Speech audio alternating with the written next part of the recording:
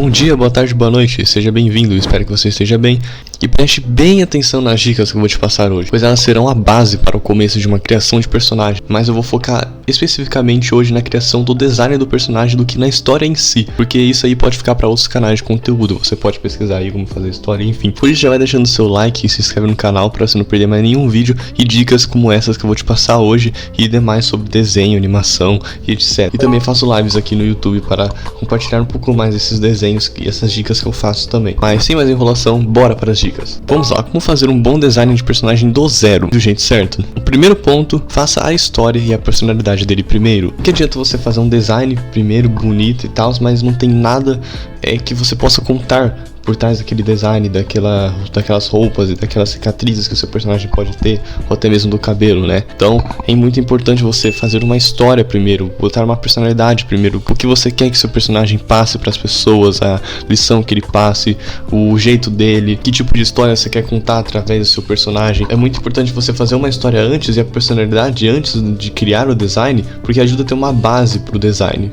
O seu personagem tem significado por trás de cada detalhe que você está fazendo. E você não está simplesmente fazendo um design genérico e sem objetivo e significado. Isso deixa o personagem mais interessante. Então primeiro faça a história. Vou usar um exemplo aqui para o vídeo. Como exemplo, eu vou fazer um homem meio anjo e debochado, onde mesmo sendo metade anjo, há defeitos nele, como se fosse um anjo caído. Esse vai ser o exemplo que eu vou usar de história barra personalidade do nosso personagem para criar um design por cima dessa descrição. Agora vamos para o segundo ponto para criar um personagem.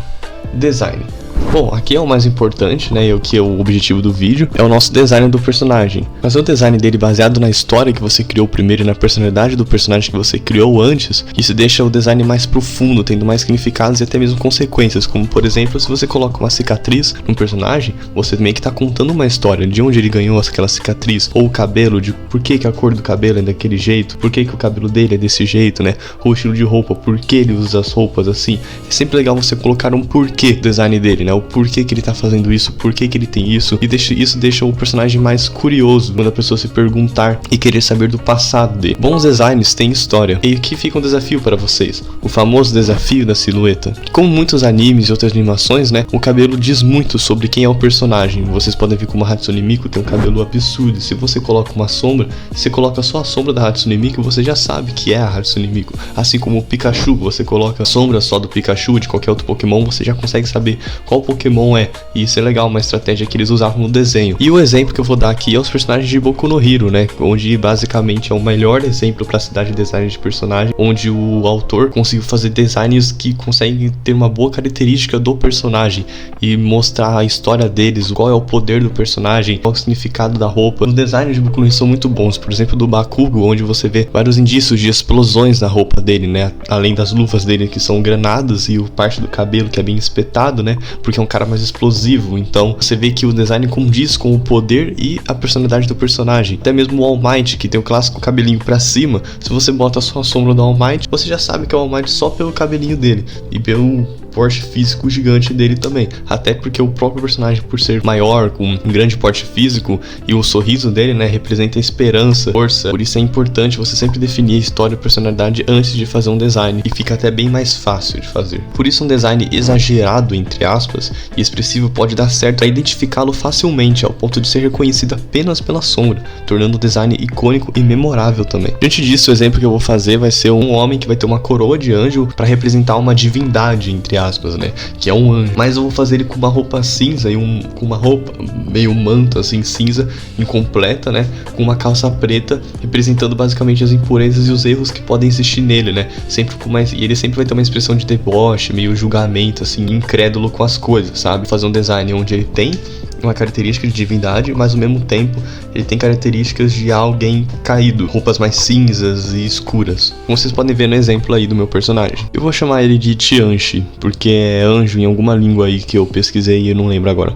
E aí se a gente coloca o Tianchi nesse personagem, né, só a sombra dele, é possível identificá-lo, porque tem a coroazinha de anjo, o cabelo um pouco mais espetado e um pouco do manto dele cinza.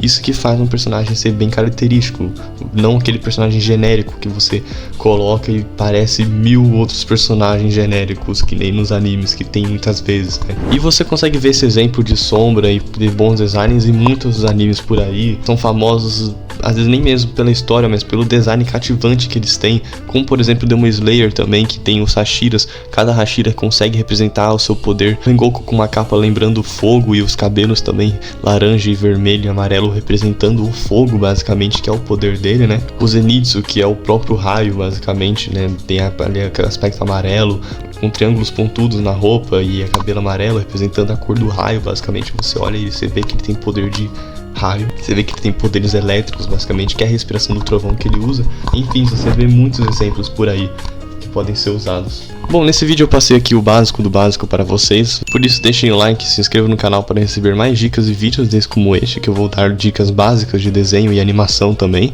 e acompanha nossas lives também, que eu abro aqui quase todos os dias no YouTube. Você pode apertar o sininho da notificação para receber elas, e quando eu estiver em live, que eu vou poder dar mais dicas e conversar com vocês melhor sobre desenhos e animação também. Se tenham gostado do vídeo, comentem alguma coisa que vocês acham que podem agregar aí no vídeo, que eu quase acabei esquecendo, ou complementando também algumas dicas. Eu vou estar aberto para receber essas dicas e sugestões para o vídeo também.